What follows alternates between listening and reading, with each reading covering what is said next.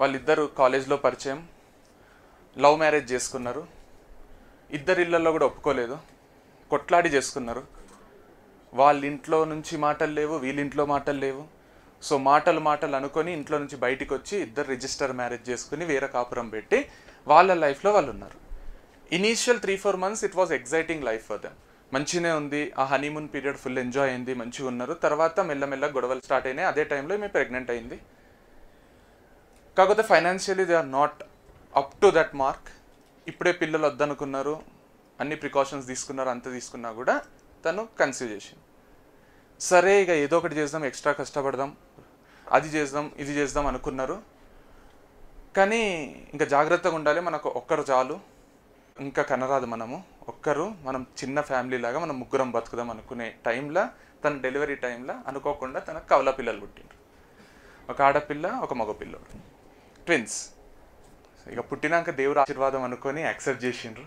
But it has been very difficult for them. They were always frustrated about money. They wanted to grow big in life.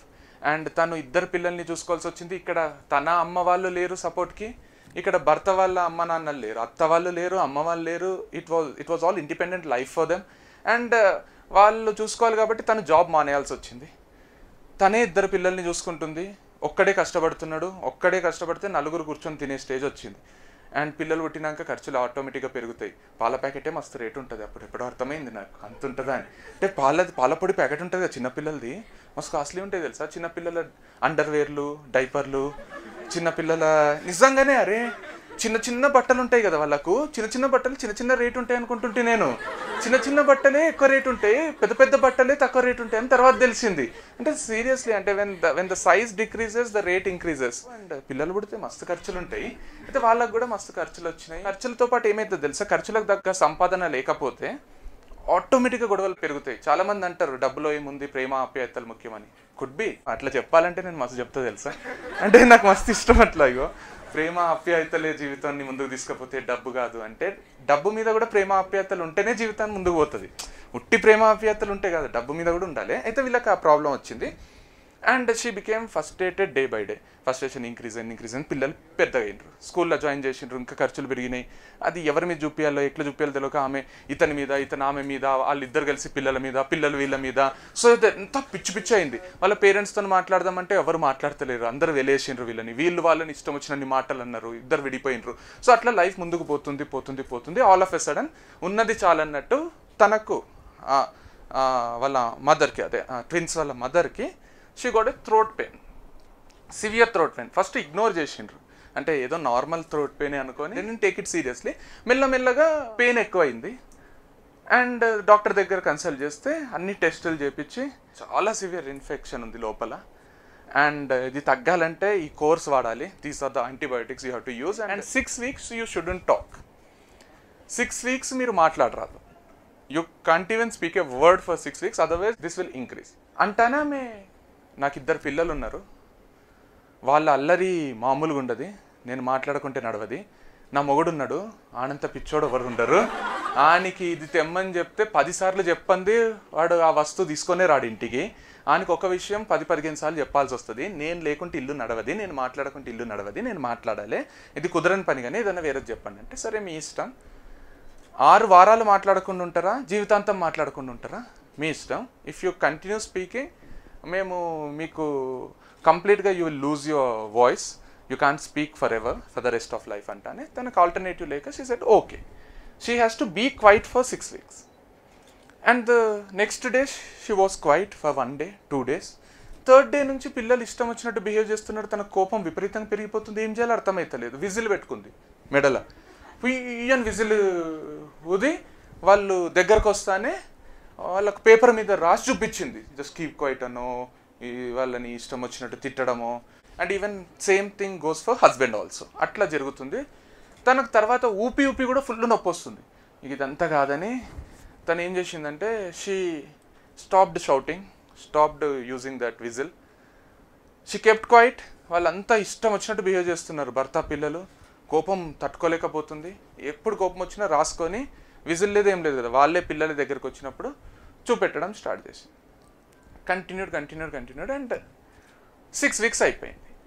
తనకు నొప్పి తగ్గిపోయింది. Doctor దగ్గర కన్సల్టేషన్కి పోతే doctor అడిగిండు, how are you feeling now అంటే, I'm feeling lot better now, అసలు నొప్పే లేదు, and I have use the course also, I'm feeling very happy, but there is something else I have to tell you, నేను మీకు ఇంకోటి కూడా చెప్పాలి అని డాక్టర్కి she continued saying that thank you so much, now my house is very pleasant, ఇంట్లో ఏ గొడవలు లేవు, వీఆర్ వెరీ హ్యాపీ, ఇరిటేషన్స్ అన్నీ పోయినాయి, ఫ్రస్ట్రేషన్స్ పోయినాయి, and I also spoke to my mother and sorry చెప్పిన.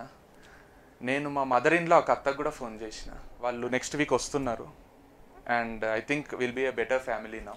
అంటే ఎందుకు, ఏం జరిగింది, అంత చేంజ్ ఏం జరిగింది అంటే డాక్టర్కి చెప్పింది. ఫస్ట్లో I wanted to shout, you said not to shout, so I didn't shout, then I used a whistle and I use to tell them whatever I wanted to say. నేను ఇష్టం వచ్చినట్టు తిడుతుంటే, రాస్తుంటే, మా భర్తను అంటుంటే, పిల్లల్ని అంటుంటే, అన్నీ చేస్తుంటే, later on I wrote it, but I couldn't call them immediately. I didn't know how to call them and show them that paper. వాళ్ళు ఒక హాఫ్ అన్ అవర్ తర్వాత 15-20 minutes హాఫ్ అన్ అవర్ తర్వాత నా పిల్లలు నా దగ్గరకు వచ్చినప్పటికీ నా కోపం తగ్గిపోతుండే. నేను రాసింది నేనే చూసుకుంటే దే డోంట్ డిజర్వ్ దిస్ అనిపిస్తుండే. They were very nice to me, they were very polite to me. Even మా హస్బెండ్ కూడా మంచి బిహేవ్ చేస్తుండే. నేను ఏమేమి గలీజ్ మాటలు రాసినానో, ఏమేమి తిట్లు రాసినానో అవి నేను చూసుకుంటే నాకే చిల్లర అనిపిస్తుండే. ఆ టైంకి అది సెట్ కాదనిపించి నేను దాన్ని మడిచి డస్ట్బిన్లో పడేస్తుంటే, and it frequently happened with me. అంటే నేను ఫుల్ కోపంలో ఉంటుంటే, ఇష్టం వచ్చినట్టు రాస్తుంటే, all of a sudden 15-20 minutes తర్వాత కోపం అంతా పోతుండే, సిచ్యువేషన్ అంతా మారిపోతుండే, ఆ పేపర్తో పని ఉండకుండే మడిచి డస్ట్బిన్లో పడేస్తుంటే. And when this happened n number of times, I realized that after 15-20 minutes the situation will not be the same. Anger levels will not be the same. The words which I wanted to use will not be the same. The complete personality, the behavior will completely change. నాకు అర్థమైంది. And then after I realized, whatever happens, I have to stay calm for a while. And then I have to react. And ఆ రియాక్షన్కి అప్పుడే react అయ్యేదానికి జమీన్ ఆస్మాన్ ఫరక్ ఉంది. So this is something you taught me in these 6 weeks, and doctor చెప్పి she came back. It's a small story, the story ends here, but as I say every time, the story starts here. I'm telling you, maybe because I have crossed your age, I have seen all the life, what you have seen, more or less everyone's life will be equal, everyone's life will be same, everyone would face same situations, the reactions may differ from person to person. కానీ నేను చెప్తున్నా కదా, trust me, little things will make a major difference in life. ఈ కోపం అనేది, this is one thing which will ruin lives forever. ఒక్కసారి జరిగింది తిరిగి తీసుకోలేని విషయం ఏమన్నా ఉందంటే కోపమే. సో ఏదేమైనా కోపం కంట్రోల్ చేసుకోండి. కోపంలో ఉన్నప్పుడు మస్తు యాటిట్యూడ్ అనిపిస్తుంది, మస్తు మజా వస్తుంది, చూస్తాను మస్తు అట్రాక్ట్ అవుతాం వాళ్ళకు, ఏమున్నట్టు రావేడు అనిపిస్తుంది, మంచిగా ఉంటుంది. బట్ అది రిపీట్ అవుతున్న కొద్దీ లైఫ్ డైల్యూట్ అయిపోతుంటుంది. మనతో ఎవరైనా ఏమైనా మాట్లాడాలంటే రెండోసారి ఆలోచిస్తుంటారు. మనము అన్న మాటలు మనల్నే బాధ పెడుతుంటాయి, వాళ్ళని లైఫ్ లాంగ్ బాధ పెడుతూనే ఉంటాయి. సో ఇట్లాంటివన్నీ కంట్రోల్ కావాలంటే, ఇప్పుడు ఆమె పేపర్ మీద రాసుకుంది కాబట్టి పేపర్ని మడిచి డస్ట్బిన్లో పడేసింది. అదే ఆమె అన్న మాటలను అయితే రివర్స్ తీసుకోలేకపోతుండే కదా. ఒక్క వర్డ్ మన నోట్లోంచి బయటకు వచ్చిందంటే you can never take it back. తన కోపమే తన శత్రువు అని గుట్టిగా అనలేదు. Everything which is return in the past, మన మేధావులు, మన తాతలు ముత్తాతలు రాసుకున్నది, చదువుకున్నది ప్రజెంట్ సిచ్యువేషన్కి సెట్ కాదని మస్తు అనిపిస్తుండే నాకు. కానీ when we think about it deeply, we can realise that is very much suitable to us. And మేము జైల్లో కూడా సెషన్స్ ఇస్తుంటాం. Trust me, 95% of the people who are taking punishment in the jails, 95 కూడా కాదు, 98 to 99%, I can confidently tell you, వాళ్ళు ఆ క్షణికావేశంలో చేసిన తప్పుకే శిక్ష అనుభవిస్తుంటారు. ప్రతి ఒక్కరు కూడా అక్కడ పశ్చాత్తాపంతో కుమిలిపోతుంటారు. వాళ్ళ కొడుకులను, కూతుర్లను, భార్యను, వాళ్ళ క్లోజ్ అయిన వాళ్ళను ఎవ్రీ సెకండ్ మిస్ అవుతూనే ఉంటారు. ప్రతి ఒక్కరి స్టోరీలో crux of the story is one simple thing, ఆ రోజు ఆ తప్పు చేయకపోయింటే అయిపోతుండే, నేను ఒక్క క్షణం నా కోపాన్ని కంట్రోల్ చేసుకుంటూ అయిపోతుంటే, ఆ డిసిజన్ తీసుకునే ముందు కొంచెం ఆలోచించుంటే అయిపోతుండే. నేను కావాలని చేయలేదు, నేను లైఫ్లో అట్లా ఉండను, నేను లైఫ్లో ఆ పని చెయ్యను అని బాధపడేవాళ్ళు తప్ప వేరేవాళ్ళు ఉండరు. So I'm telling you, some times little things will spoil your life. You my lose a person, you my lose the rest of the life, you my lose your future. So make sure that you control. నువ్వెంత అంటే నేనెంత అంటే ఇగోకి పోకండి. Ayyappan question అని ఒక cinema వచ్చింది, ఇప్పుడు Bheemla Naik remake అవుతుంది. Concept of the story is the same. అది చూసినప్పుడు కూడా జుమ్ అన్నది. టాక్సీ నంబర్ 911 అనే ఒక సినిమా ఉండే, Nana Patekar and John Abraham, long back. అది కూడా ఒక చిన్న ఈగోకి పోయి దే లూజ్ ఎవ్రీథింగ్, కంప్లీట్ లైఫ్ని కోల్పోతారు ఇద్దరు కూడా. And end of the story they realize that what did we do. So చిన్న విషయాలు చాలా ఎఫెక్ట్ చేస్తాయి. So this is something I want everyone to remember. కారణం లేని కోపం ఇలా వచ్చి అలా వెళ్ళిపోతుంది, కానీ ఉన్న కొన్ని క్షణాల్లోనే మన సంతోషాలను, అనుబంధాలను తెంచిపోతుంది. మమతలతో నిండిన మన మనసులలో కలతలు పెంచిపోతుంది. గుండెకు బలమైన గాయం చేసి దాన్ని 2 ముక్కలుగా తుంచిపోతుంది. ఒంటరిగానే వస్తుంది, తొందరగానే పోతుంది. కానీ పోతూ పోతూ మన సంతోషాలను, బంధాలను తనతో పాటు తీసుకుపోతుంది. మళ్ళీ వస్తుంది, పిలవకుండానే మళ్ళీ మళ్ళీ వస్తుంది. కానీ తను తీసుకుపోయిన అనుబంధాలను మాత్రం తీసుకురానంటుంది. మన జీవితాన్ని మునుపటిలా ఎప్పటికీ మార్చలేనంటుంది.